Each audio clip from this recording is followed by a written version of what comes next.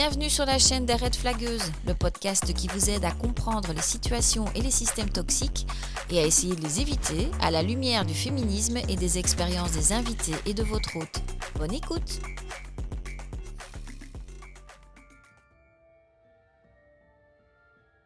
Bienvenue dans ce nouvel épisode des Red Flagueuses, un épisode spécial cinéma avec comme film Jennifer's Body. Alors pourquoi parler de ce film aujourd'hui ? Eh bien, moi je vous avoue que ce film au départ, il était caché très très loin dans ma mémoire de cinéphile, mais un jour, je découvre l'ouvrage Désirer la violence de Chloé Thibault, journaliste française, qui, à travers son travail de compilation, de recherche, mais aussi d'auto-analyse, nous explique comment la pop culture, et particulièrement le cinéma et les séries télévisées, nous déforment dans nos désirs et dans notre vision du monde. Et à un moment donné, Chloé cite le film Jennifer's Body, à ma grande surprise. Alors pourquoi ? Parce que ce film à l'époque a été marketé comme étant un teen movie mi-comédie, mi-horreur où les hommes hétéro-cisgenres allaient pouvoir découvrir une Megan Fox pratiquement nue. Mais dans la réalité, le film était tout l'inverse, c'est-à-dire un film où finalement c'est la femme qui mange les hommes, contrairement à beaucoup de films d'horreur et de slasher ou de films avec des personnages fantastiques. Un film précurseur où la réalisatrice et la scénariste ont essayé de planter les graines d'un féminisme engagé, mais qui n'a pas été reçu à sa juste valeur à l'époque. Alors je me suis dit, tiens, pourquoi pas ? Pourquoi pas revoir Jennifer's Body ? Pourquoi pas inviter 3 personnes qui sont importantes pour moi et qui sont également des cinéphiles avertis pour discuter de ce long métrage. Alors je vous laisse écouter notre analyse. On reviendra peut-être un jour avec un autre épisode, mais en tout cas j'ai passé un très bon moment et j'espère que vous allez également profiter de nos échanges. À très bientôt.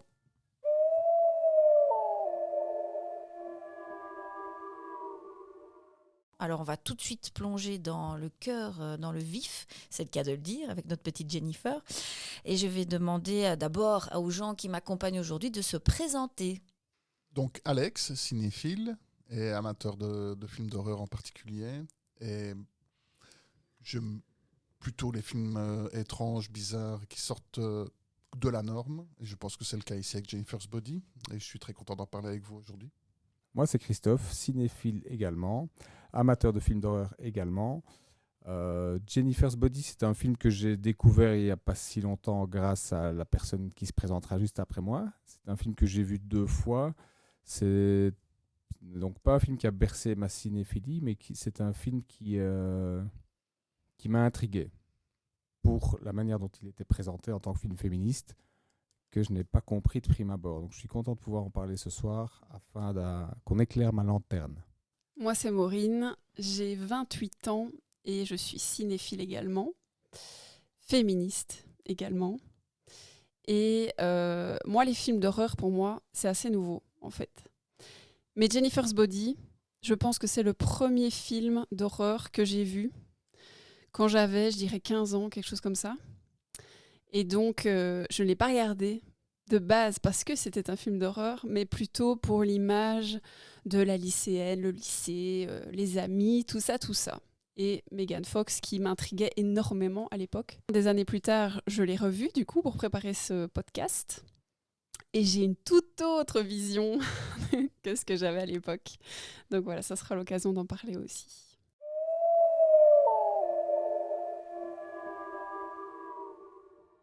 C'est l'histoire d'une lycéenne dans une petite ville américaine du Minnesota.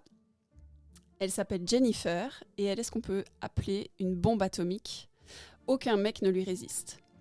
Elle a une meilleure amie surnommée Needy, une petite blonde réservée au look de bibliothécaire, pour faire court. En gros, elle est tout le contraire de Jennifer, mais elles se connaissent depuis toute petite et elles se disent meilleures amies. Un soir, un groupe de rock encore inconnu du grand public, Low Shoulder, vient faire un concert au bar de la ville. Jennifer trouve le chanteur du groupe très mignon et le drague lourdement.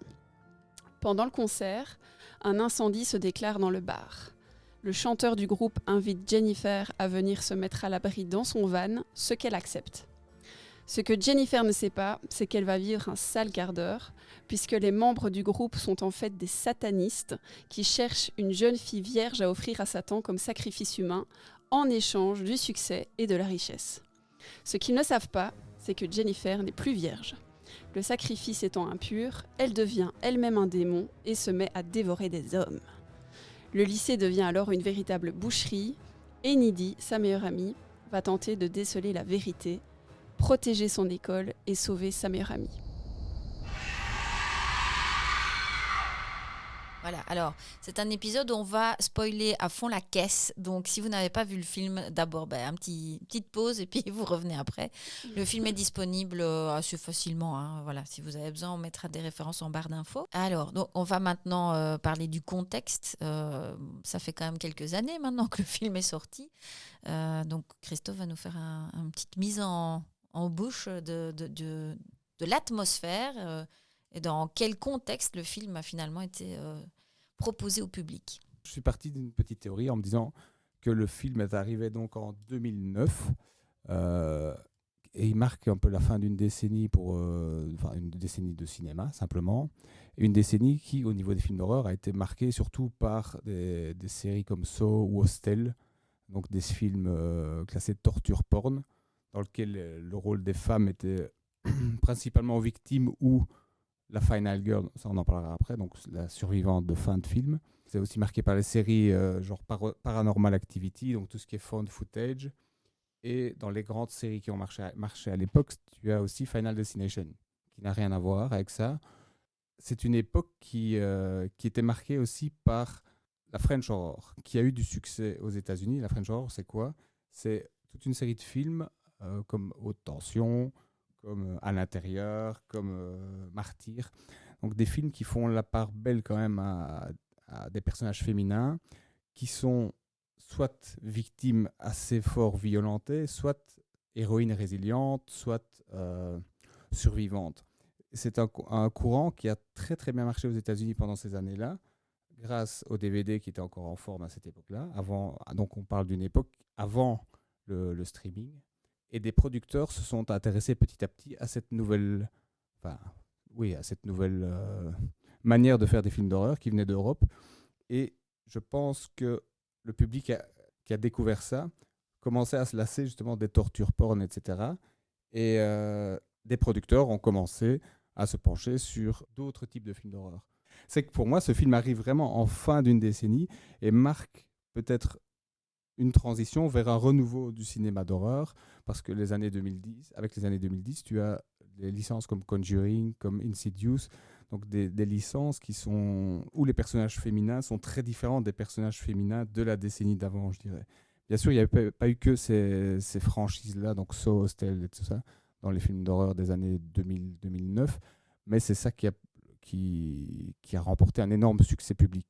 Et l'idée derrière Jennifer's Body, c'était aussi d'en faire un véhicule je ne vais pas dire à la gloire de Megan Fox, mais c'était son premier film, son premier rôle, un film qu'elle allait porter seule sur ses épaules, avec Amanda Seyfried, dont on parlera plus tard.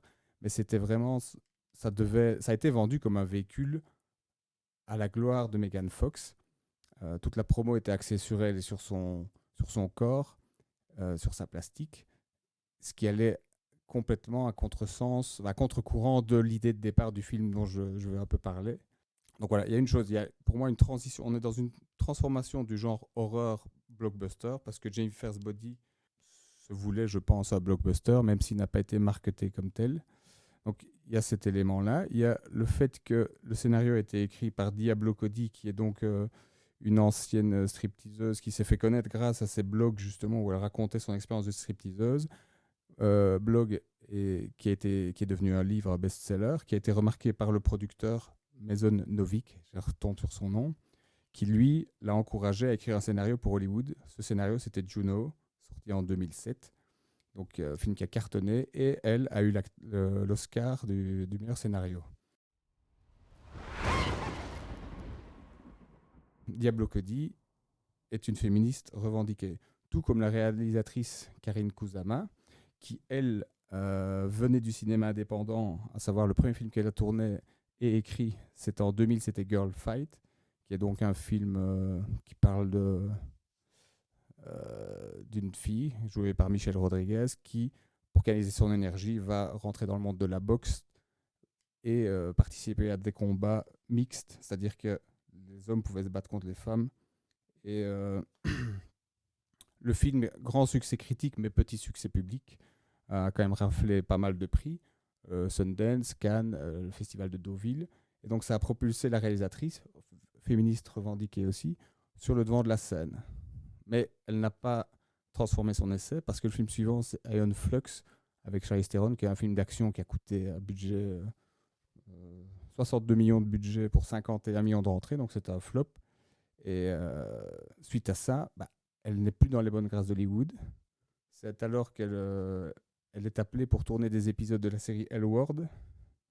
Donc c'est une série qui a cartonné en 2004 et 2009, qui décrivait la vie d'un couple de femmes lesbiennes ou bisexuelles dans un quartier Los Angeles. C'est une série qui attirait, je veux dire, entre 800 000 et 1 million de spectateurs par épisode. Mais c'est une série qui a permis à toute une génération de se visibiliser et de se reconnaître, en fait. Suite à ça, on lui confie alors Jennifer's Body. Et le film a été malheureusement, d'après ce que la réalisatrice explique, le film a été modifié. C'est-à-dire qu'elle avait une vision très, très précise, à savoir elle voulait faire une satire féministe, pas une satire du féminisme, une satire féministe, et travailler sur certains sujets précis dont on parlera après. Mais elle n'a pas eu le dernier mot sur le tournage, le final cut. Du coup, la version définitive n'est pas la version qu'elle avait, ni la version de la scénariste. Le film n'a rapporté que presque 32 millions de dollars pour un budget de 16 millions. Donc on peut penser que c'est un succès, mais en fait pas du tout. Parce que la règle générale, c'est quand on voit un budget de film, vous faites x2 pour le marketing. Il serait à peine rentré dans ses frais. Ce n'est pas du tout ce que les producteurs espéraient. Et c'était censé être un film d'horreur. Certes, c'est toujours une distribution plus confidentielle que les gros blockbusters, mais ils espéraient un gros succès. Alors, le film est sorti en 2009, comme Christophe l'a dit, mais sous le label R, donc restricted. Donc, ce qui veut dire qu'aux États-Unis, on ne peut voir le film que, je pense, c'est 17 ans et plus, si je ne dis pas de bêtises. Et ce qui a limité tout de suite son visionnage, je vais dire. Le marketing s'est fait purement sur Megan Fox et sa plastique. Donc le film a été horriblement marketé, ce qui a blessé très fort Diablo Cody, donc la scénariste, et la réalisatrice, parce que ce n'est pas du tout ce qu'elle... Le film est beaucoup plus qu'une sexy horror comédie avec Megan Fox qui est plus ou moins dévêtue dans quelques scènes. Alors, flop au box-office, mais critiques assassinent également, puisque la plupart des critiques sont passés à côté, je dirais, du message principal du film. Donc on peut aller voir encore aujourd'hui les cotes Metacritic, IMDb et Rotten Tomatoes. Le film tourne autour de 4,5, 5,5 sur 10, entre 4,5 et 5,5 sur 10, ce qui fait que c'est très très bas, évidemment. Et les critiques, je vais dire la critique cinéma de l'époque, est largement passée à côté. Alors on peut se demander pourquoi il a été réévalué aujourd'hui. On pourrait débattre du fait, est-ce que Jennifer's Body est un bon film d'horreur, ou un film féministe ou pas. Parce que en tant qu'amateur, moi, de films d'horreur, j'apprécie beaucoup de revoir Jennifer's Body. Je ne dirais pas que c'est un des meilleurs films d'horreur de la décennie. Hein. Ça, soyons clairs quand même. C'est pas... Mais le sous-texte fait tout.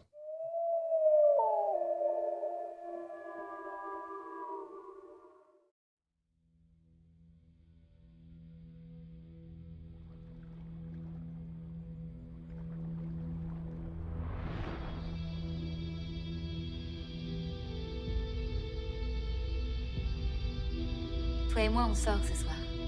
Mais un truc joli. Tu dis amen à tout ce que Jennifer te dit. C'est juste que j'aime les mêmes choses qu'elle. Salut Jennifer, t'es super belle aujourd'hui. Pourquoi tu viendrais pas chez moi? Mais je rêve. C'est pas vraiment chez toi ici, hein? On peut jouer au papa et à la maman si ça te dit. Oh merde. On dort toujours dans le même lit quand on fait des pyjamas parties. Jennifer est mauvaise. C'est sûr. Tu comprends pas, cette fille, c'est le mal. C'est pas juste une peste.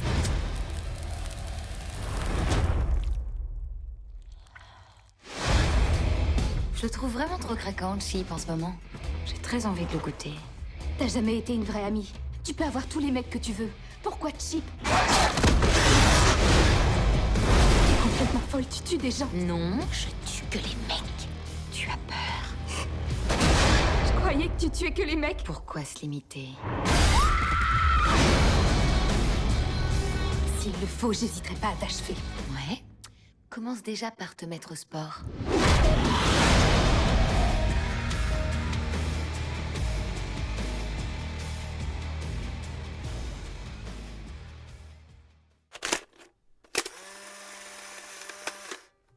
Alors, un petit moment de précision de vocabulaire pour pouvoir mieux comprendre nos échanges. Je voulais revenir sur la notion de male gaze et de female gaze, deux notions qui m'ont, moi, profondément interpellée et qui m'ont aidé à mieux comprendre pourquoi parfois je me sentais si mal à l'aise en tant que femme en visionnant certains films, pourquoi la façon dont le corps des femmes était traité me posait problème. Alors, je ne suis pas une spécialiste de la question du female gaze et du male gaze, mais il me paraissait important de repréciser de quoi on parle de manière générale. Je vous invite d'ailleurs à lire et à découvrir les interviews d'Iris Bray, professeure d'université, qui offre une lecture intéressante et agréable à écouter, notamment dans le cadre du podcast Les couilles sur la table, podcast que je dois citer à peu près 15 fois par épisode des Red Flagueuses. Alors, le male gaze, c'est le regard masculin ou une vision masculine, plus connue sous l'appellation en anglais male gaze. C'est un concept postulant que la culture visuelle dominante impose une perspective d'homme cisgenre hétérosexuel. Ce concept qui a été proposé par la réalisatrice et critique de cinéma Laura Mulvey. Alors Iris Bray, elle parle de scopophilie. Alors je vais expliquer ce que moi j'ai compris de ce concept-là. Vous m'excuserez s'il y a des nuances que je n'ai pas totalement intégrées. Mais en gros, quand on regarde un corps de femme au cinéma, on le regarde à travers les yeux d'un homme hétéro-cisgenre. C'est-à-dire, on prend l'exemple de Halle Berry qui sort de l'océan dans un épisode de James Bond. Au lieu que la caméra soit près d'elle au niveau de son épaule et qu'on sente les sensations qu'elle a de sortir de l'océan, on va plutôt la voir à travers les jumelles de James Bond qui vont être mises en scène de telle manière à scruter ce corps de femme de manière totalement gratuite. Et cette description, ce focus donné sur le corps d'une femme n'a a priori aucun intérêt par rapport à l'histoire, ou en tout cas très peu. Et donc le male gaze, c'est une sorte de traitement du corps et de la présence des femmes au cinéma qui en font plutôt des objets que des êtres d'action, qui en font des êtres de désir, c'est-à-dire des êtres plutôt désirables, toujours à travers le prisme de la masculinité, avec des corps très typés, minces, jeunes, sans cellulite, sans poils, etc. Et ce sont souvent des personnages qui n'ont même pas de prénom, ou en tout cas dont le rôle est très limité par rapport au scénario. À l'inverse, le female gaze est une théorie féministe sur le cinéma qui questionne le regard de la spectatrice ou du spectateur porté sur les protagonistes féminines d'un contenu culturel. À l'inverse, le female gaze offre une autre vision des choses, une vision du cinéma et de la photographie et des autres arts où nous vivons les expériences des femmes avec les femmes. Donc ce ne sont pas seulement et pas uniquement des films qui vont traiter de sujets strictement féminins, comme par exemple l'avortement ou la question des violences sexuelles. Ce sont des films où les femmes vont vraiment prendre une place d'actrice, où vraiment ce sont des personnages avec lesquels nous allons vivre les émotions et les événements qui vont les traverser. C'est vraiment un changement de perspective où le corps n'est plus décrit comme étant un sujet désirable, n'étant plus décrit comme une chose à posséder, mais où le corps existe parce qu'il est le véhicule qui permet à des individus, ici des femmes, à vivre leur vie au quotidien. j'expose mon idée pour démarrer ce débat, c'est que pour moi, Jennifer, jouée par Megan Fox, et Needy, jouée par Amanda Seyfried, je ne sais pas si je prononce bien, ou c'est Seyfried, je ne sais pas. Bref, Amanda, pour moi, ce sont les deux faces d'un même personnage.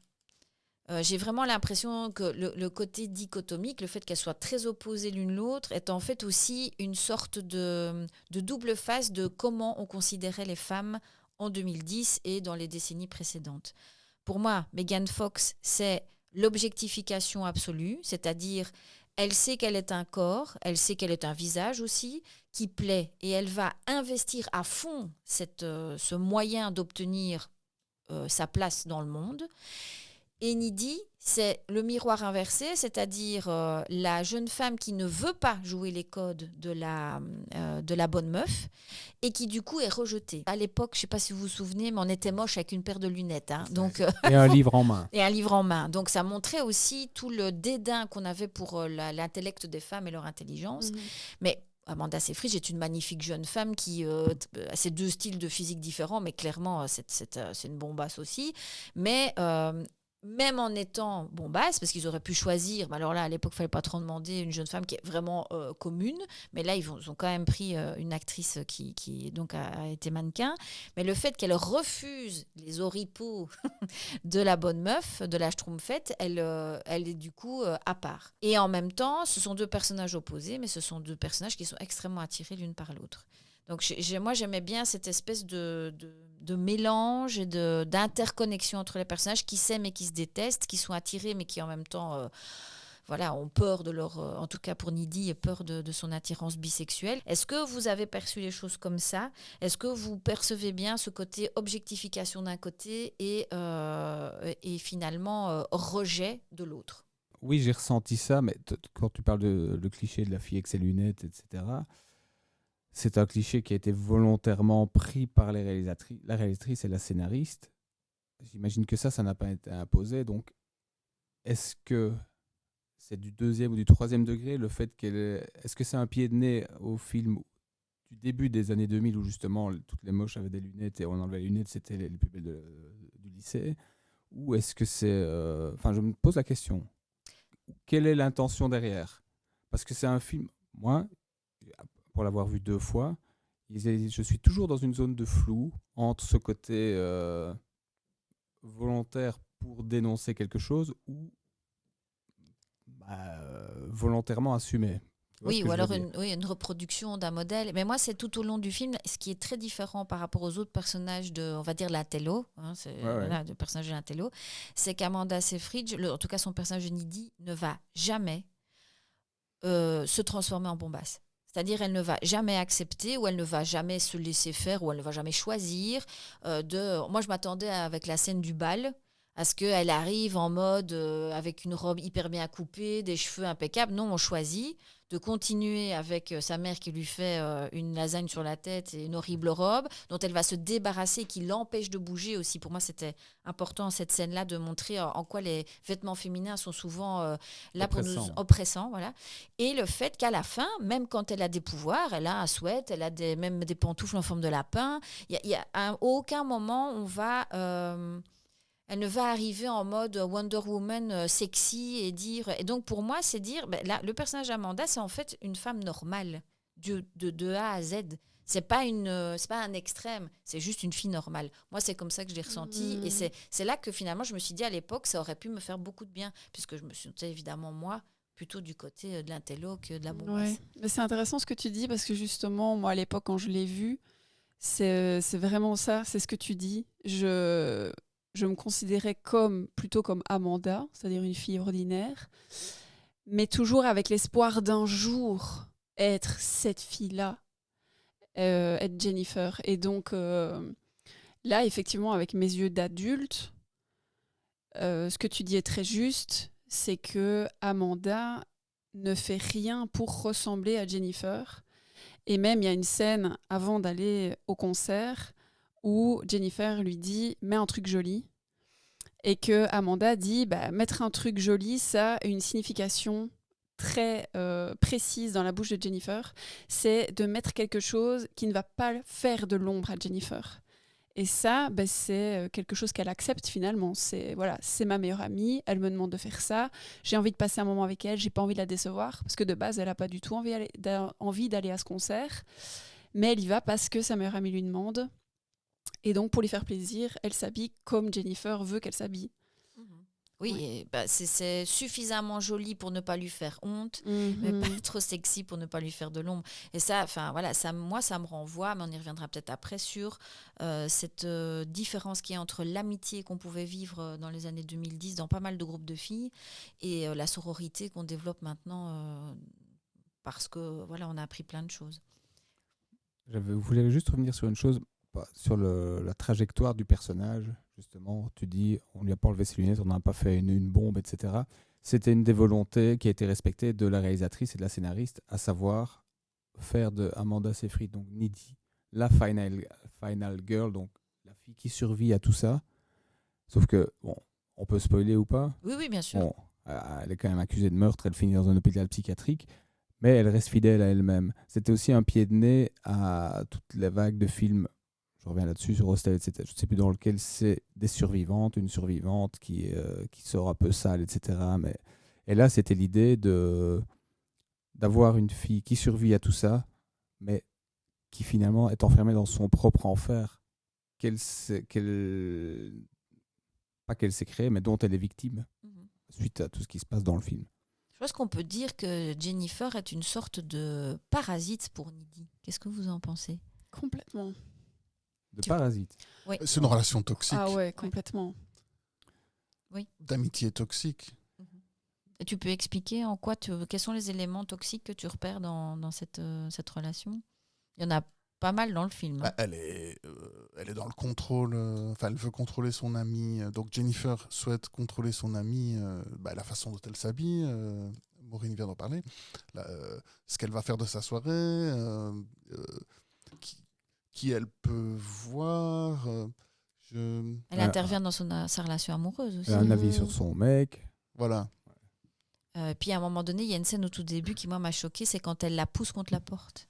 Il y a une violence aussi chez Jennifer avant même de se transformer en démon qui est présente parce qu'il faut absolument que l'univers qu'elle s'est créé continue de fonctionner comme elle a décidé qu'il devait fonctionner.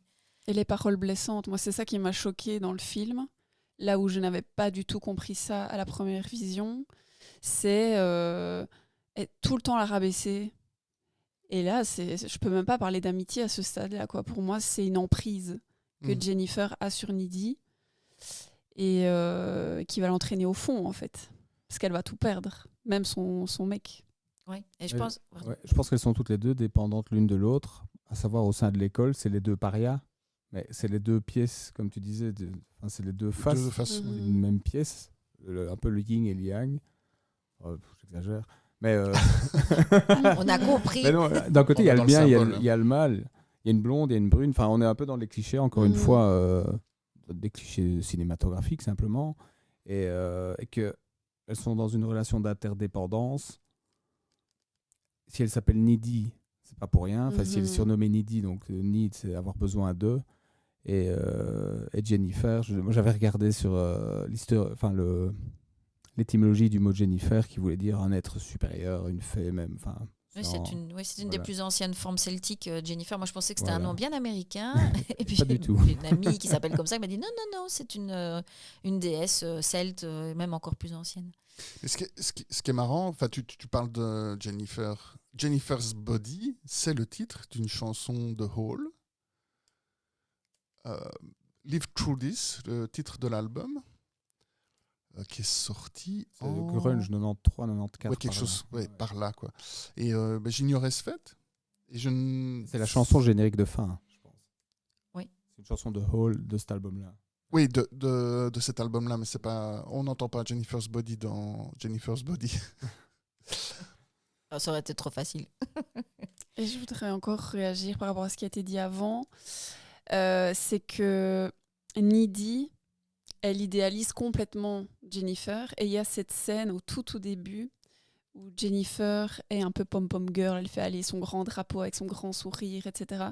Et Needy la regarde, mais avec tellement d'admiration, elle tape dans les mains, elle est là, elle lui fait coucou, ah t'es ma meilleure amie, etc. Et elle est 2 personnes derrière qui lui glissent à l'oreille, mais t'es tellement lesbienne en fait. Ouais. C'est vraiment enfin, de nouveau aussi ce cliché de si tu es admirative de ton amie, forcément c'est qu'il y a un truc derrière. Et aussi cette idéalisation, cette sur-idéalisation de Jennifer qui en est toxique aussi du coup. Et ce sont des choses que moi j'ai vécues en tant qu'adolescente à l'école. Il y avait vraiment une hiérarchie de la bonne meuf, je reprends l'expression, mais qui maintenant est utilisée dans pas mal de textes féministes.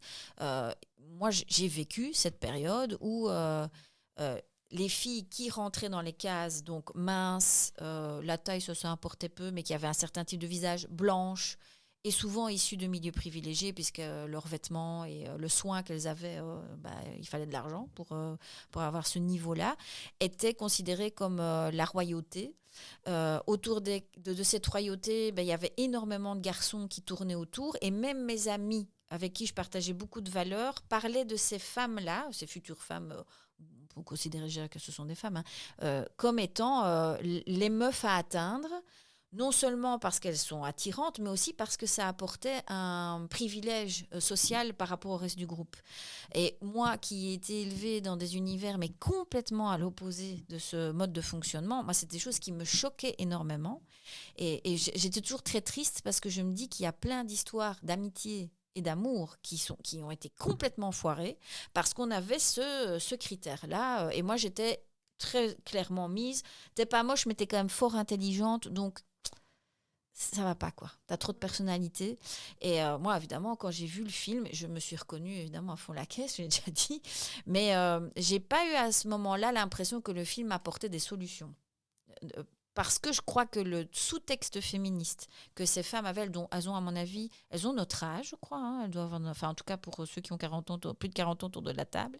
Mais à l'époque, moi, ces textes-là, cette théorie féministe, notamment aussi tout le mouvement punk lié à Hall, à Nirvana, etc., moi, j'avais pas ça, ces infos-là. Il n'y avait pas Internet. Ma mère me disait être féministe, quelques-unes de ses amies aussi, mais j'avais pas de support. Moi, j'étais OK, je dois être respectée. Et donc, je pense que le film est aussi peut-être pour certaines d'entre nous passé à côté parce qu'il y avait un sous-texte que nous on n'avait pas encore, qui est arrivé en 2010 et puis en 2017.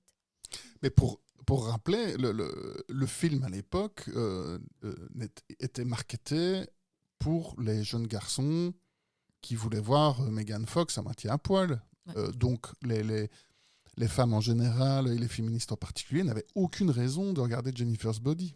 Megan Fox n'est même pas la majorité du temps à l'écran. C'est beaucoup plus Needy qu'on voit, donc Amanda Seyfried, qui est finalement le personnage principal. Et pourtant, sur toutes les affiches, c'est que Megan Fox. C'est incroyable. Enfin, quand tu vois des bandes annonces, quand tu entends la façon dont les gens en parlent, avant que le film ait une réputation, vraiment au lancement, quand tu arrives dans le cinéma, tu as déjà des attentes. Donc moi, j'ai été le voir en mode, c'est le film popcorn du vendredi, quoi. Je ne me suis pas dit, je vais avoir une grande claque féministe. Et ce qui est très drôle pour moi, c'est que finalement, Jennifer, on la voit pratiquement jamais à poil, on voit rien. On voit pas. Moi, je trouvais ça très marrant. On voit plus de nudité dans les scènes coupées. Oui, c'est vrai. Qui ont été coupées. Donc j'imagine la déception. Furtive. Oui, c'est ça, quoi. Les ados, parce que c'était classé R, donc 17 ans. Le public a dû être déçu. Et le bouche à oreille a fonctionné très vite. Le film, comme Alex l'a dit, n'a pas cartonné. Le film n'est même peut-être pas rentré dans ses frais, j'en sais rien. C'est considéré comme un flop financier, oui. Ils sont rattrapés avec les ventes de DVD, justement. Ouais, c'est ça.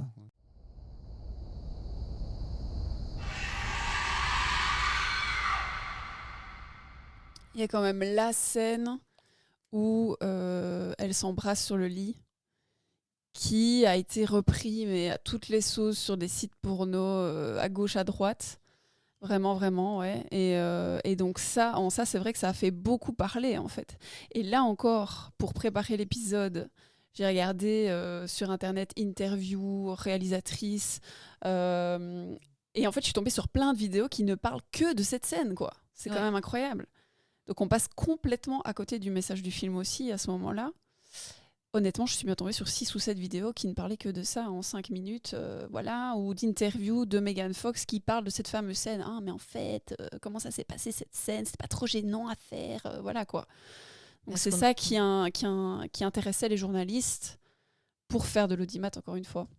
Oui, je comprends. En fait, je viens de réfléchir à quelque chose. Cette scène LGBT, moi, maintenant, je la lis comme étant quelque chose de très positif parce que ça permet à des jeunes femmes lesbiennes de voir une scène lesbienne dans un film.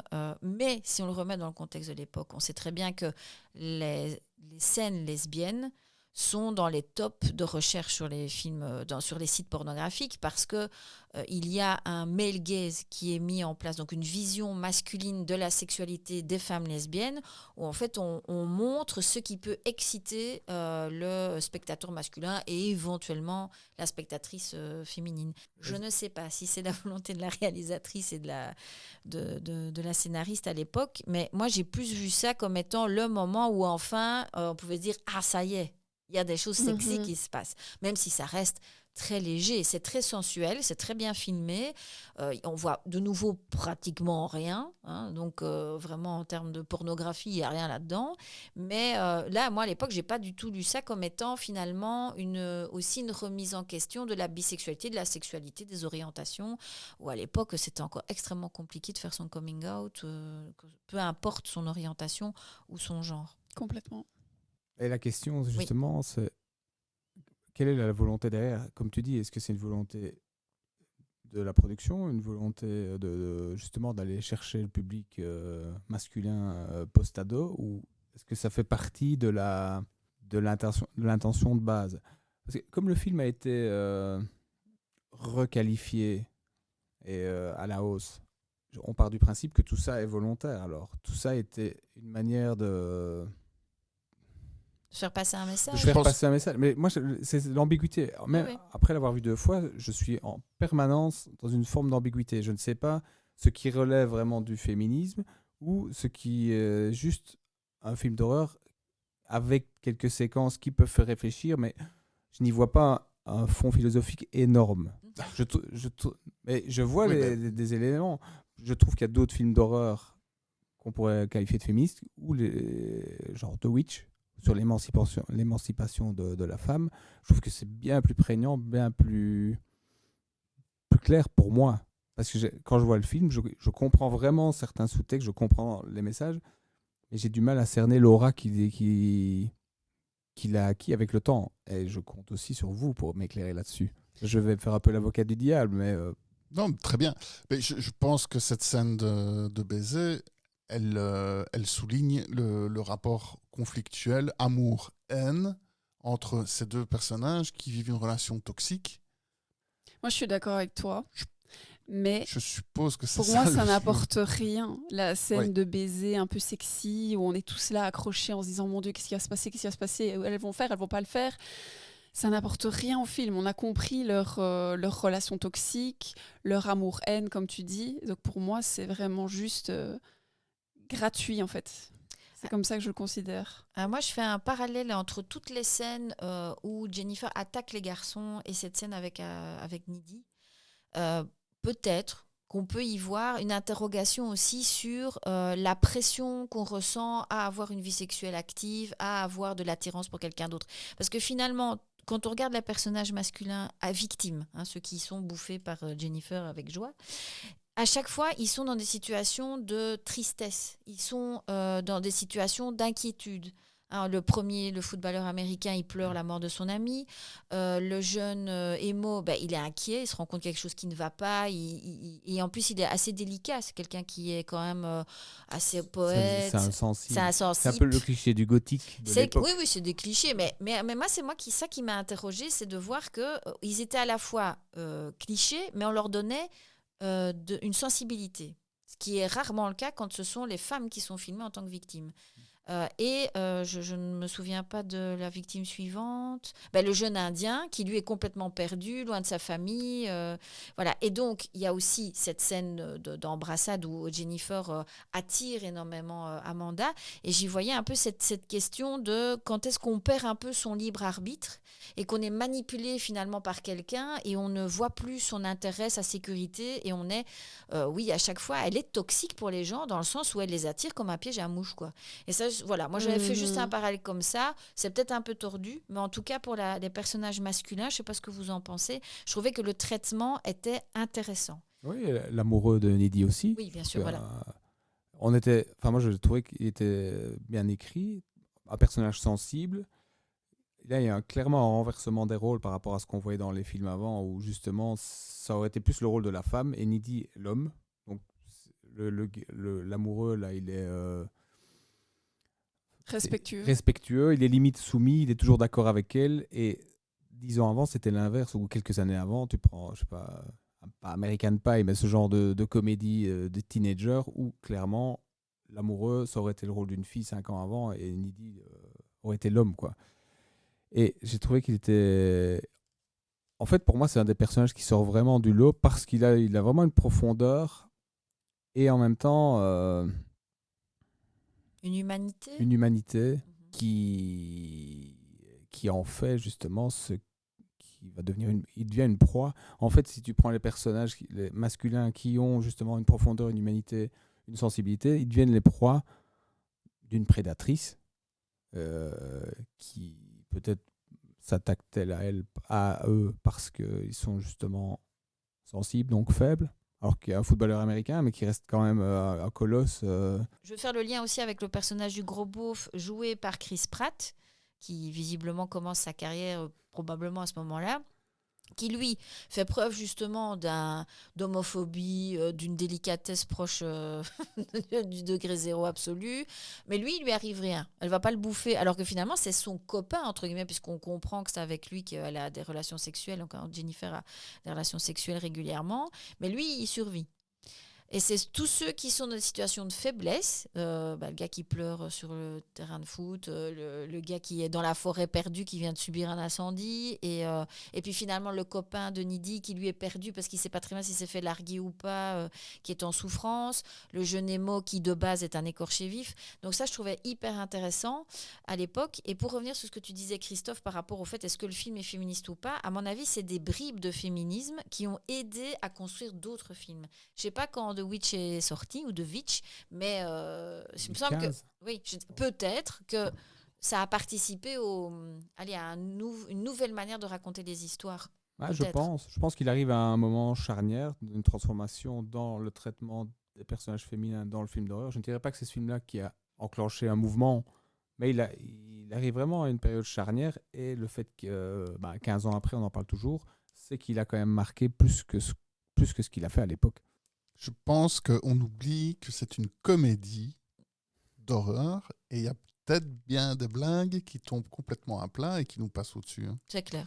C'est pas impossible non plus. C'est vrai que j'oubliais que c'était présenté comme une comédie d'horreur. Ouais. Et bon, je disais tout à l'heure, c'est certainement pas le meilleur film d'horreur de la décennie. Ce n'est pas non plus la meilleure comédie de la décennie. Ouais. Mais bon. Oui, c'est ça. Voilà. Il doit y avoir des moments où on va chercher des messages où il n'y en a pas, et tant mieux s'il y en a pour nous. Mais... En tout cas, il y avait une volonté à la base de faire passer des messages qui passent parfois de manière assez claire, parfois en filigrane. Il faut vraiment aller chercher et hyper analyser peut-être. Peut-être, oui. Mais j'ai trouvé, pour revenir à ce qu'on disait tout à l'heure, que la relation entre Jennifer et Needy, il y a une des scènes coupées où on comprend beaucoup mieux l'impact qu'a eu l'incendie sur Needy et beaucoup mieux un peu ce qui fait l'essence de leur relation. Et je ne sais plus pourquoi je voulais dire ça. Oui, mais pourquoi la scène coupée, la question du montage. Alors, s'il y a eu un charcutage de la part aussi des producteurs et productrices, peut-être qu'il y a des scènes qui tombent à plat parce qu'il nous manque des infos, il nous manque 2-3 images, c'est possible. Mais bon, voilà. Il y a des moments comme ça de flottement dans le film qui sont un peu étranges. Maintenant, c'était peut-être aussi l'occasion d'installer ce côté un peu fantastique, puisque c'est une comédie fantastique, d'horreur même. Mais moi, j'y vois plus une comédie fantastique, personnellement, que d'horreur. Je crois qu'on a quelques scènes gore et encore, c'est très très limité. Hein.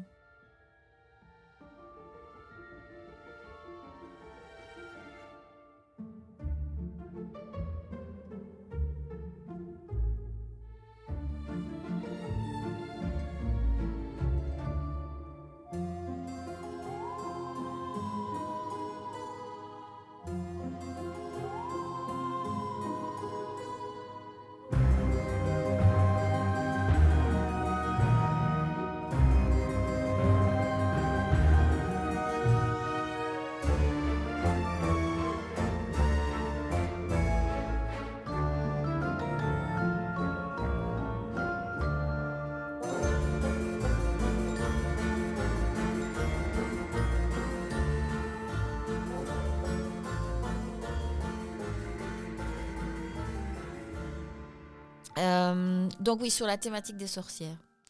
Je voulais revenir là-dessus parce que justement, à l'heure actuelle, sorcellerie et féminisme, c'est quand même, d'un point de vue surtout esthétique, très fort lié.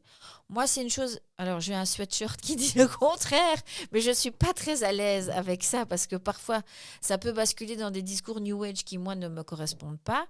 Mais je sais que la figure de la sorcière a été réinvestie ces 10 dernières années par les jeunes femmes féministes et éventuellement aussi la communauté LGBT pour dire, voilà, on les a éliminés, on les a brûlés, on les a éradiqués et nous, on est les héritières qui restent quand même là parce qu'on n'a pas oublié. Donc ça, je trouvais ça intéressant. Et puis, forcément, comme c'est un film fantastique, il fallait quand même qu'il y ait des éléments fantastiques. Hein, sinon, c'était un peu dommage à ne pas mettre des schtroumpfs à certains moments. Mais voilà, on voit qu'il y a quand même ce côté précurseur. Oui, il y a 2-3 scènes qui l'évoquent. Hein, donc, Jennifer qui se baigne nue dans le lac avec la nature autour. Donc, c'est quand même une représentation de la sorcière très classique, hein, la nudité au milieu de la nature. Sans nombril. Sans nombril. Elle n'a pas nombril. C'est vrai ? Mm-hmm. Elle avait un maillot. Hein. Pour tourner la scène, c'est peut-être à cause de ça. J'ai lu ça, elle avait un maillot. Bah, parce fait, que quand c'était un maillot c'est couleur avant chair. la scène justement où elle se baigne, quand elle a une relation, enfin quand elle mange le footballeur en gros, elle dézippe son haut et on voit qu'en fait elle n'a pas de nombril. C'est vrai ? Mm-hmm. Ah, j'avais pas remarqué. Ouais. Donc Je suis passé à côté aussi. Ouais, c'est peut-être, montrer qu'elle est devenue... c'est ça. Et ses une yeux créature. changent, voilà, deviennent serpents un peu comme ça. Et son majeur est verni en noir et les autres sont en rouge. Et le majeur, c'est le symbole justement de la puissance et de la prise de pouvoir. Ah ouais. Ah, j'avais pas du tout capté. Et ça, j'ai quoi. remarqué. Je me suis dit, tiens, quelle est la signification ? Et j'ai été voir. Et en fait, c'est ça. Ces deux majeurs sont noirs et les autres ongles sont rouges. Ok. Ah, À partir du moment où elles se transforment. c'est ça. Là, c'est... Il y a beaucoup de détails qui font que tout est réfléchi. Mais effectivement, on en revient à ça. Ça a sans doute été charcuté au montage pour en faire quelque chose de plus accessible. Ouais. Selon une vision très masculine du cinéma, évidemment. Oui, mais je vais te surprendre, mais la personne qui chapeautait la boîte de production était une femme. Ah ouais. C'est elle qui Ah, a mais- ordonné le Mais remontage. le male Enfin, gaze, il peut être mis en place par des femmes. Notamment, c'était évoqué par rapport aux films de guerre, où souvent, quand un film de guerre est primé et qu'il a été réalisé par une femme, si on lui applique la grille du male gaze, le film remplit toutes les cases. Parce que la réalisatrice va prendre ce point de vue-là, probablement aussi parce que elle est influencée, comme nous toutes, nous le sommes, par le patriarcat, par toute une série de choses, mais aussi parce qu'elle sait que comme ça, son film sera financé. Et donc, voilà, il y a des moments où les femmes sont porteuses du male gaze et que ce n'est pas un problème en soi, le male gaze, le fait d'objectiver les corps, enfin, si c'est quand même problématique à certains moments. C'est-à-dire que si ça existait dans une grande marée de plein de films différents où il y a des visions différentes, ça ne poserait pas de problème. Le souci, c'est quand tous les films sont faits avec cette façon de faire. Moi, je voudrais revenir sur le personnage de Megan Fox et l'actrice, enfin, donc Jennifer et l'actrice. Moi, il y a deux scènes qui m'ont profondément émue et touchée. C'est la scène où Megan se regarde dans le miroir et applique du fond de teint un peu n'importe comment parce qu'en fait elle a faim et elle commence à s'étioler, avec sa photo à côté du miroir Ikea que j'ai possédé à l'époque, je tiens à le dire. Et il y a ce miroir où elle est, enfin cette photo où elle est magnifique, en pleine forme, etc. Et puis elle va pas bien et on voit qu'elle est malheureuse. On sait toute cette relation à l'image de soi, au reflet, au vieillissement, à la décrépitude, qui est très très difficile à vivre pour tout le monde, en particulier pour les femmes. Et quand Nidhi la poignarde à la fin, elle dit « Oh non, mon sein !» Et Nidhi lui dit « Non, ton cœur !» Donc elle est tellement investie. Et à un moment donné aussi, elle attrape les seins de son amie en disant « Ça, c'est des armes de domination. » Et je me dis, mais ouais, en fait, elle a tellement intégré le patriarcat dans son fonctionnement que elle a tellement investi son physique comme étant finalement le seul moyen pour elle d'exister que ça m'a rendue extrêmement triste pour elle. Parce que dans le miroir, elle vieillit d'une certaine manière. C'est une sorte de vieillissement accéléré. Et je me dis, mais que reste-t-il de Jennifer, le personnage, si elle n'arrive pas à se nourrir et à tuer finalement? Et que reste-t-il de Megan Fox maintenant qu'elle a 40 ans? Bon, on va le savoir parce qu'il y a Jennifer's Body 2 qui est en cours de production. C'est vrai? Ouais. Ah, C'est ça, pas c'est une vrai. très bonne nouvelle. Tu ris? Par la même réalisatrice. Tu ris. Non, c'est sérieux. Ah, génial. Ça, c'est Vous l'avez appris ici. Voilà, c'est une exclusivité red flaggeuse.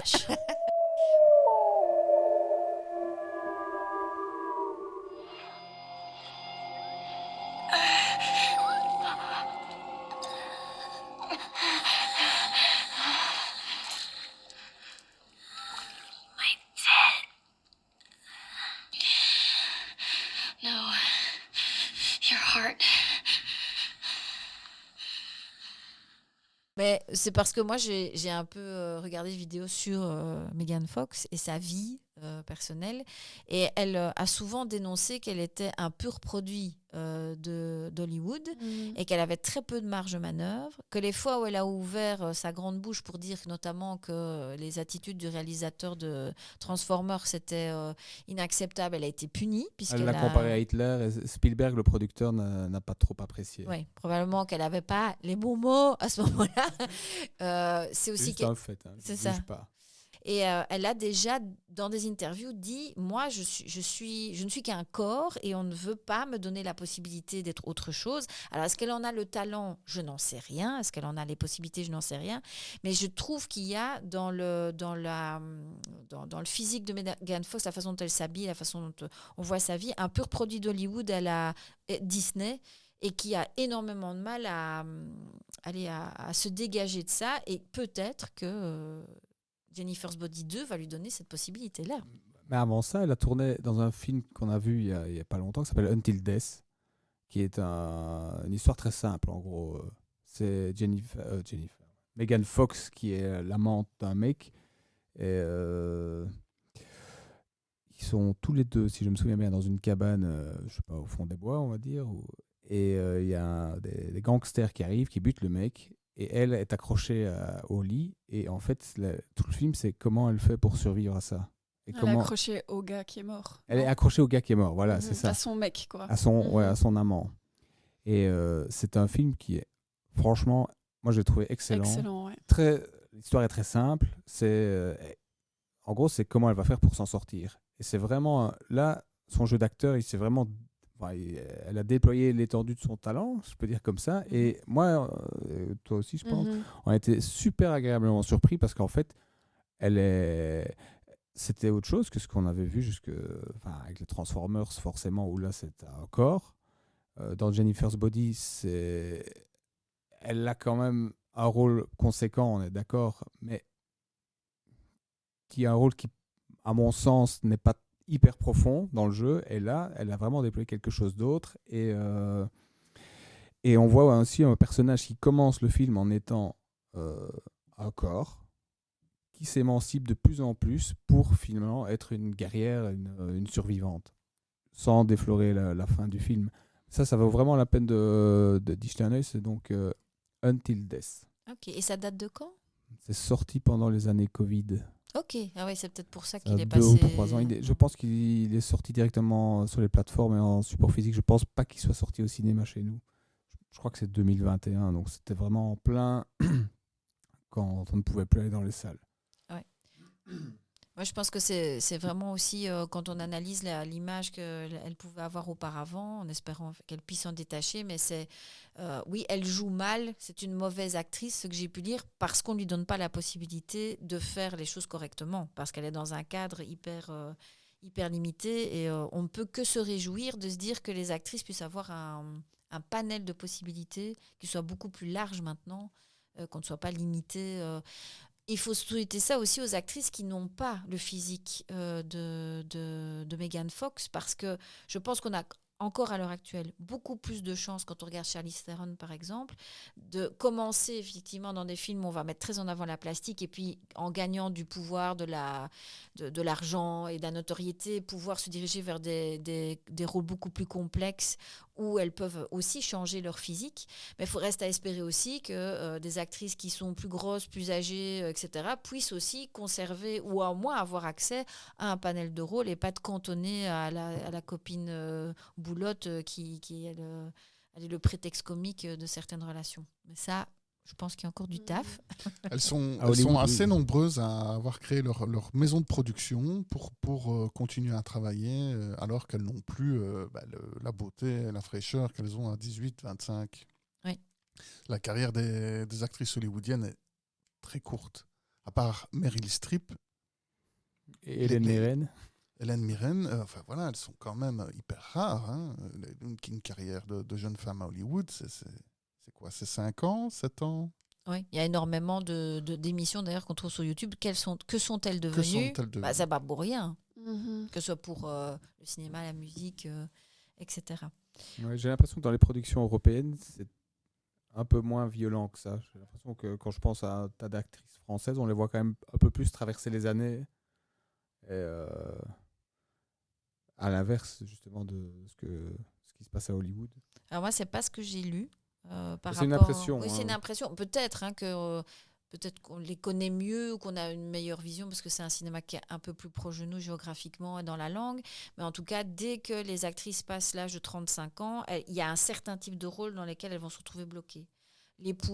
Souvent l'épouse trompée, un personnage assez chiant, secondaire, mais être vraiment leaduse, vraiment avoir le premier rôle, ça restait compliqué. Et maintenant, il y a énormément de choses qui se passent à l'heure actuelle dans le monde du cinéma, que ce soit par rapport à, évidemment, violences sexuelles, mais aussi par rapport à la présence des femmes. Il y a le collectif 50-50 qui travaille quotidiennement depuis des années à la représentation des femmes au cinéma, notamment en tant que réalisatrice. Mais malgré tout ce travail, tout ce soutien, on n'a quand même que 20% des films français, me semble-t-il, qui sont réalisés par des femmes. Hollywood, en fait, il y a une sorte de constance, hein, en Occident en tout cas, dans la proportion de films. Et souvent, les femmes ne font pas de deuxième film. Même quand c'est un chef-d'œuvre, même quand c'est reconnu comme étant... Soit c'est un chef-d'œuvre, mais ça n'a pas bénéficié de la publicité, des critiques, etc. Mais c'est vu par après comme étant vraiment des films de qualité. Donc ça, c'est une première chose. Soit elles font un premier film, mais il y a tellement de barrières, et surtout, finalement, des budgets rikiki, qui font qu'à un moment donné, elles abandonnent. Et c'est pour ça qu'on reproche souvent aux films de femmes d'être tournés dans une chambre, dans des lieux clos, que ça n'a pas l'envergure des films des hommes, mais parce qu'elles doivent faire avec 10 fois moins de budget. Et donc, ça se mord la queue, parce que si ton film n'a pas l'envergure de machin, ben, du coup, il n'est pas primé comme peut l'être un film de guerre ou un film qui va retracer toute une époque historique, etc. Donc voilà, on est quand même dans des situations où on est fort cantonné dans des mêmes scénarios, parce qu'on n'a pas les moyens d'avoir des effets spéciaux, d'avoir plus d'acteurs, d'actrices, de figurants. Et ça, c'est fort dénoncé par le collectif 50-50. Et c'est pour ça aussi qu'Iris Bray, qui a analysé le male gaze et le female gaze, en parle.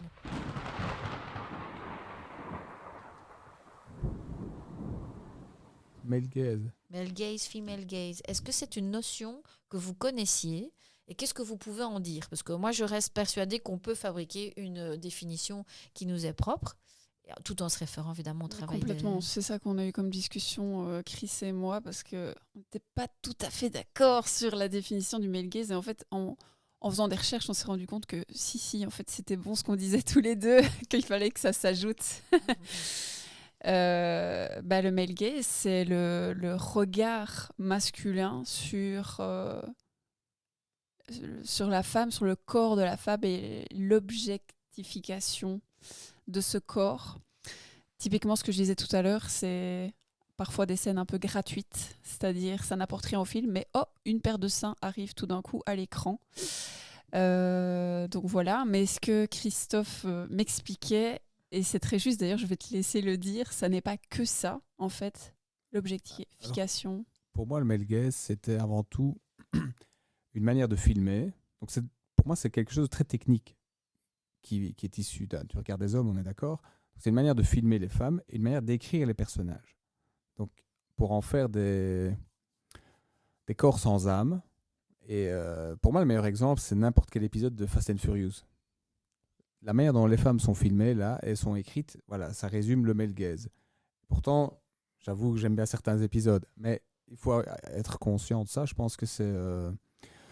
on écrit des personnages féminins qui n'ont rien à raconter, qui n'ont pas de passé, qui n'ont un avenir que dans les bras d'un homme, qui ont rarement de l'autonomie, et si elles sont autonomes, alors elles sont lesbiennes. Et non, c'est la manière dont c'est écrit. Hein.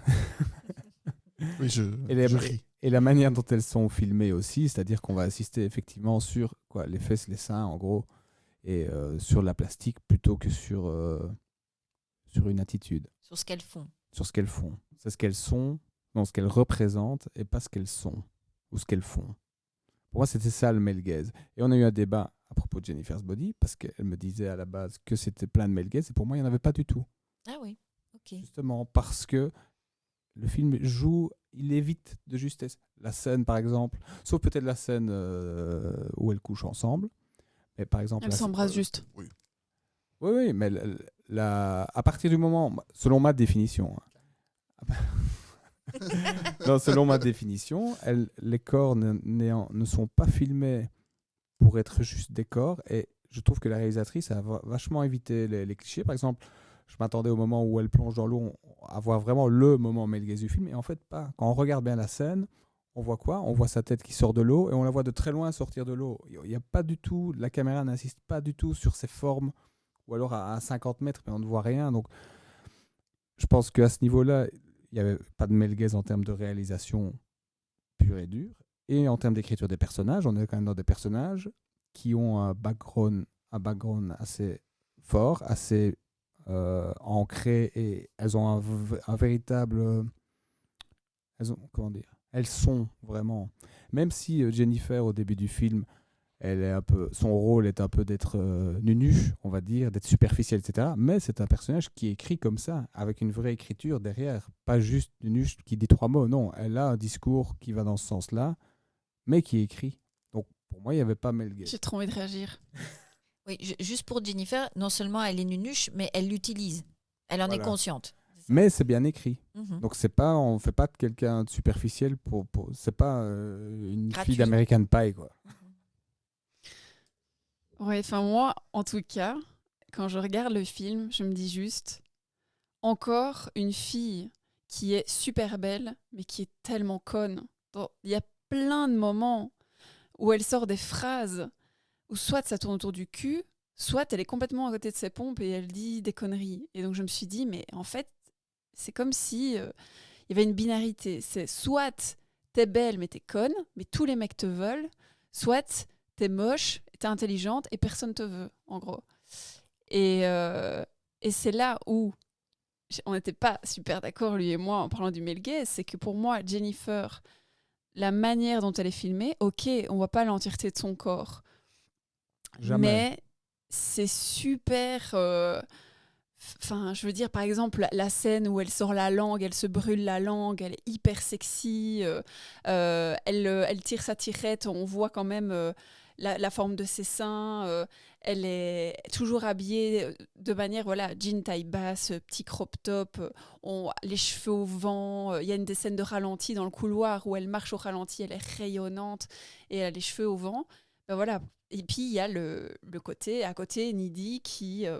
tellement banal, entre guillemets, alors que c'est une fille totalement normale et très jolie au demeurant. Donc c'est là où je me suis dit, moi ça me dérange. Et c'est là où je me suis vraiment posé la question, est-ce que c'est un film féministe ou pas? Ok, il y a des scènes qui font penser à des choses féministes, etc. Je suis d'accord. Mais clairement, moi, je me suis sentie mal de me dire j'appartiens pas à cette catégorie-là de femmes hyper belles, mais en même temps, est-ce que j'ai envie de ressembler à ça? Parce qu'en fait, on la considère, mais que pour son physique, et en même temps, elle a rien à dire. Pour moi, elle avait rien à dire, quoi. Ouais, c'est pour rebondir, c'est sur le souvenir que le film nous a laissé. Parce que dans les faits, celle qui survit, celle qui récupère les pouvoirs et qui prend le pouvoir à la fin, c'est Needy.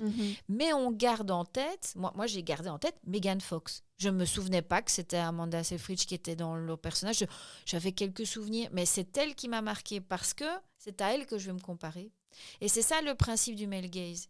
C'est notamment Iris Bray, Iris Bray, pardon, l'évoquait par rapport à la pornographie.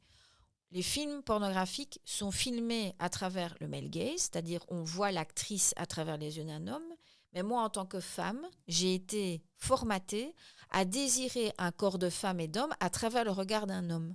Donc, ce qui veut dire que c'est toujours à partir de ce point de vue-là que je vais aussi moi-même désirer les autres. Ça va influencer. Donc, me désirer moi-même, désirer les hommes, désirer les femmes. J'ai toujours cette espèce de formatage unique, d'une certaine manière, de moins en moins.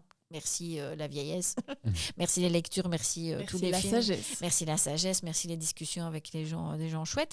Mais ça va jusqu'à nous avoir infecté dans notre vie cette vision de la femme qui, ok, le film rejette, mais utilise et qu'on a retenu malgré nous.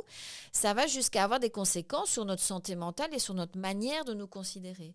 Quand je vois les photos de moi quand j'ai 20 ans, je suis peut-être une taille en plus que les actrices, mais globalement, je rentre tout à fait dans les cases. Mais à l'époque, je n'arrêtais pas de me dire, je ne suis pas assez mince, je ne ressemble pas assez à elle, mon nez est trop gros, mes yeux sont trop globuleux, mes cheveux sont pas assez épais. Enfin, c'était vraiment une grille d'analyse pour se dire, et ça a rejoigné tout le discours qu'il y avait dans les magazines d'ados, dans les magazines pour jeunes filles, etc. Donc, c'était un contexte qui faisait que le discours des réalisatrices, il ne nous a pas atteintes parce qu'on était dans un contexte nous-mêmes qui ne nous permettait pas de l'entendre.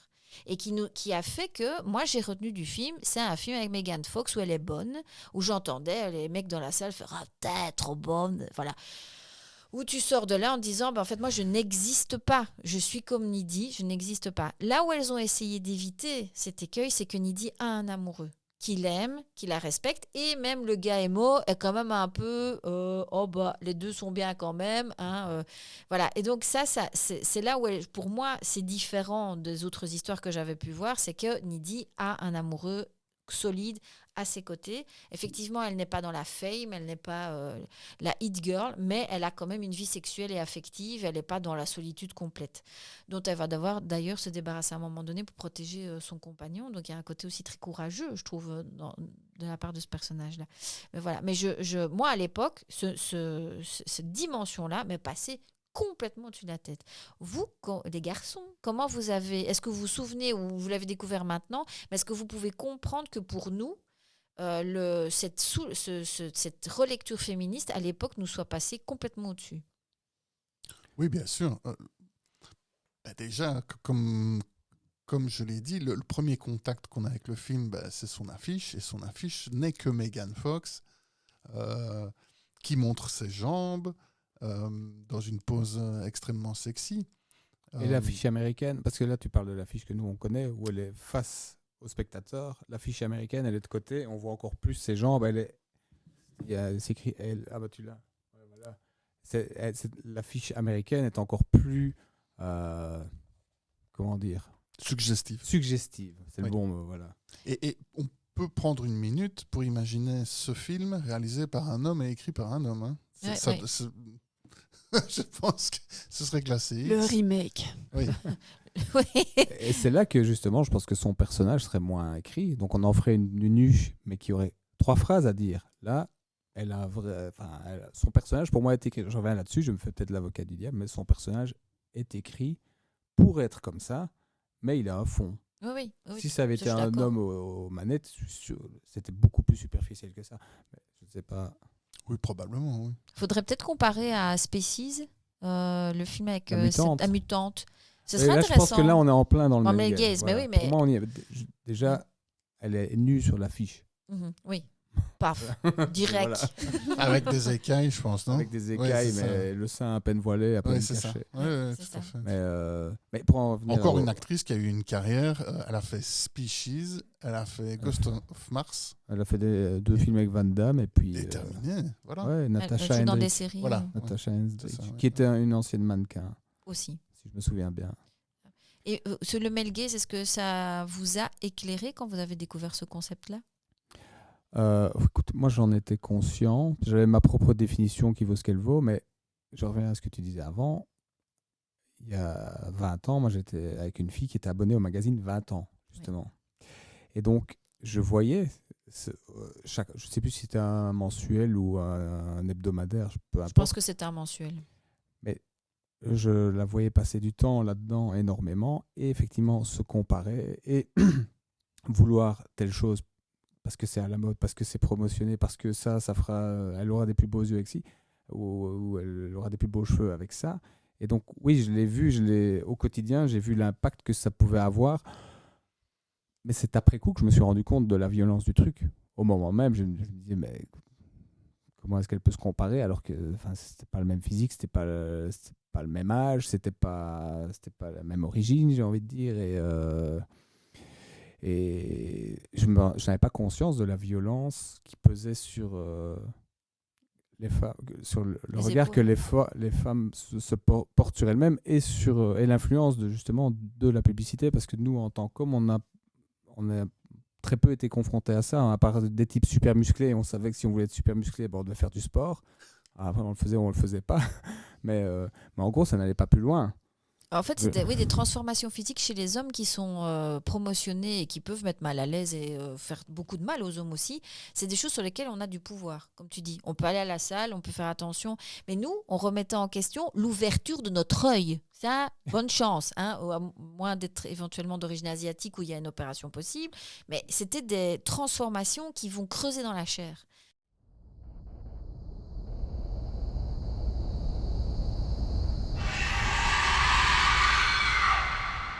Toi, le female gaze et le male gaze, est-ce que ce sont des choses qui t'ont apporté un éclairage différent sur ton expérience cinématographique et ton expérience ta vie de femme?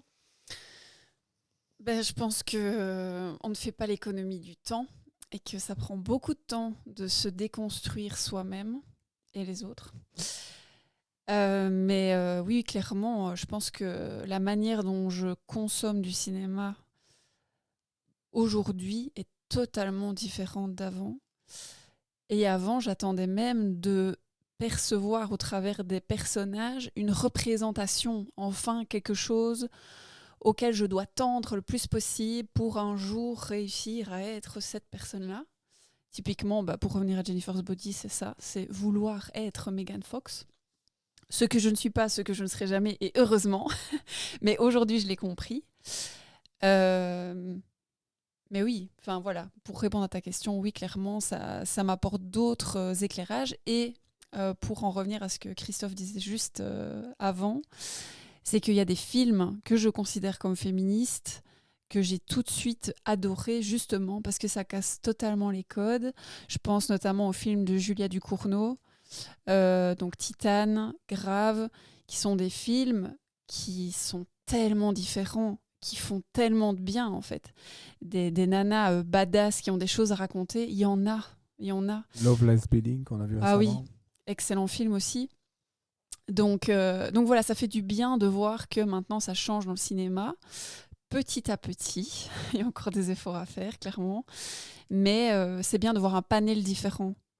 Et ça permet d'être aussi plus à l'aise dans sa vie personnelle, dans son corps. Et voilà quoi. Si on pouvait jouer au script doctor, moi j'aurais voulu changer un aspect du film. Le principe du female gaze, c'est de filmer avec le personnage. Donc c'est de faire ressentir ce que le personnage, en l'occurrence féminin, puisque l'idée c'est de remettre un peu sur le devant de la scène les personnages féminins, mais ce n'est pas forcément de traiter de thématiques d'avortement, de violence conjugale, etc. C'est pas ça. Ça peut en faire partie, mais c'est vraiment de se dire, on va faire de l'actrice et de son personnage un personnage agissant et on va essayer de comprendre comment elle ressent, vit les choses à travers son regard. Et je me suis dit, Nidhi, elle a droit à ça en partie dans le film. On sent beaucoup plus son côté émotionnel, notamment cette scène où elle est sur le lit ensanglantée, c'est complètement déchirée. On sent toute sa tristesse d'avoir perdu son compagnon, elle est perdue, etc. C'est un exemple où on sent vraiment que la caméra, même si elle est au-dessus d'elle, est avec elle. Jennifer n'a pas cette façon de voir. Tous ses meurtres, toute sa transformation est vue de loin. On n'est pas avec elle.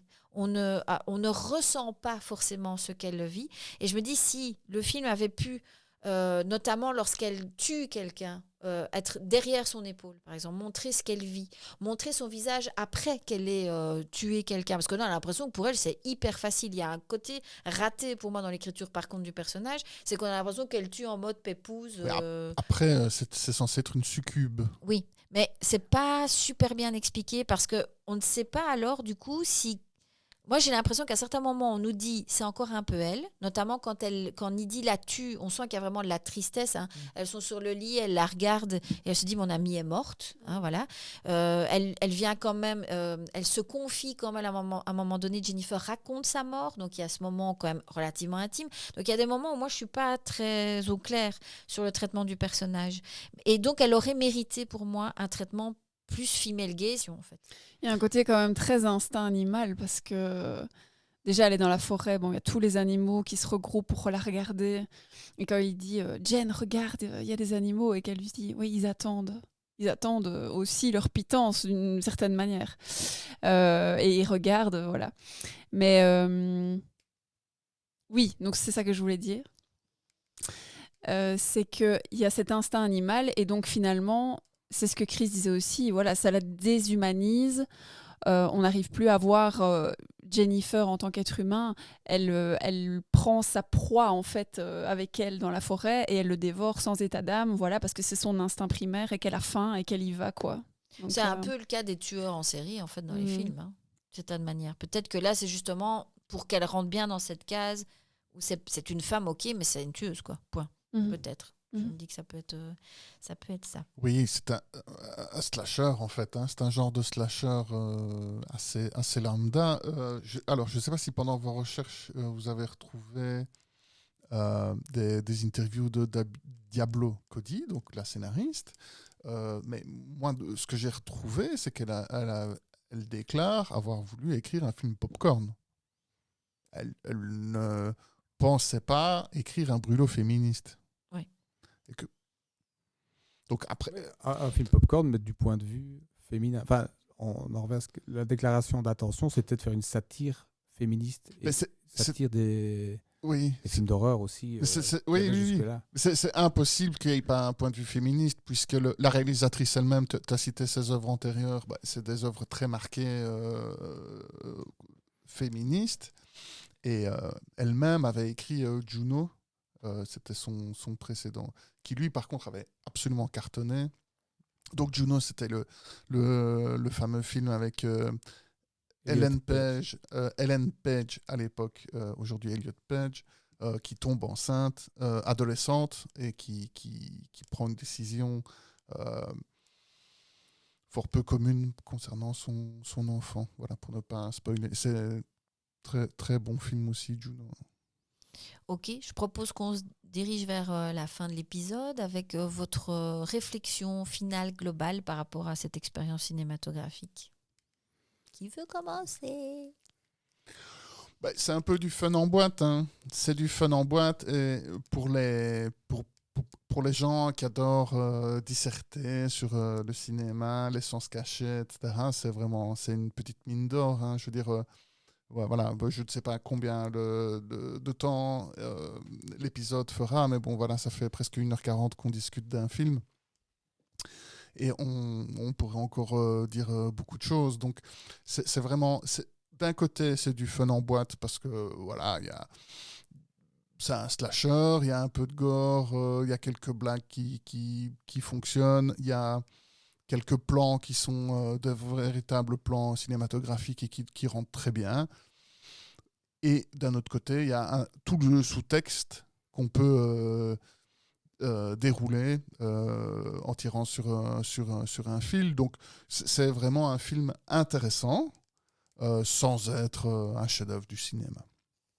Moi, je suis d'accord avec Alex. Je rajouterais juste une chose. C'est intéressant de savoir que la réalisatrice elle a commencé avec d'autres réalisatrices. Elles ont voulu créer une anthologie de films d'horreur féministes qui s'appelle XXXX. Je crois que c'est sorti sur Netflix en 2017. Je ne sais pas s'il y a une suite. Donc c'était un film à sketch, donc avec plusieurs petites histoires. Et Karine Cousin, la réalisatrice, est donc à l'origine du projet et a réalisé un des segments. Je ne l'ai pas vu. Ouais, c'est toujours bon à savoir qu'elle continue dans cette optique-là. Donc dans le female gaze plutôt que le male gaze, je suppose. Sinon, moi, je vais juste redire ce que j'ai dit. Megan Fox dans un autre rôle, allez voir, essayer de dénicher Until Death, qui vaut vraiment la peine. Et en ce qui concerne le film de sorcière et Woman Power Man, je dirais The Witch, un On n'avait pas incontournable. compris. Merci.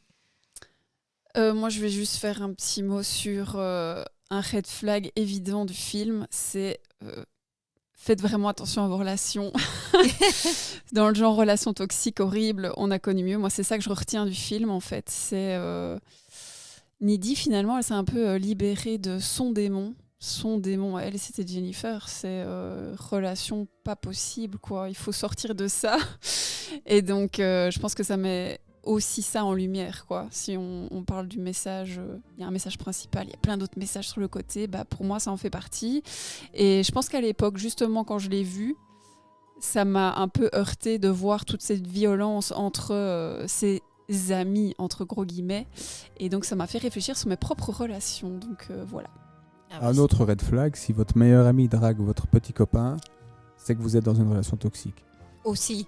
Ne la tuez pas. Mais si votre ami mange votre petit copain, fouillez et appelez la police. Voilà, je vais pouvoir rebondir effectivement sur ce que tu viens de citer. C'est un film qui permet de comprendre tout ce qu'il ne faut pas faire si on veut avoir de la sororité dans les relations entre femmes, parce qu'effectivement ça montre qu'il faut essayer de sortir de cette relation de concurrence dans laquelle on nous met encore à l'heure actuelle, de savoir qui est la plus jolie, la plus intelligente, la plus riche, etc. Chose qui existe aussi entre les hommes, mais particulièrement chez les femmes, et pouvoir se dire que oui, on peut avoir des relations très saines et très sereines avec toutes les femmes qui nous entourent, à condition qu'on joue évidemment au même jeu. Merci en tout cas d'avoir participé à cet épisode des Red Flagueuses, un peu side project. J'espère qu'il y en aura d'autres, parce qu'il y a plein de films dont on pourrait discuter. Au mois de janvier, normalement, nous serons... Pardon, Titane. Ah oui, bien sûr. Et au mois de janvier, nous irons peut-être vous dégoter quelques petites pépites au Festival de films fantastiques de Gérard Armé.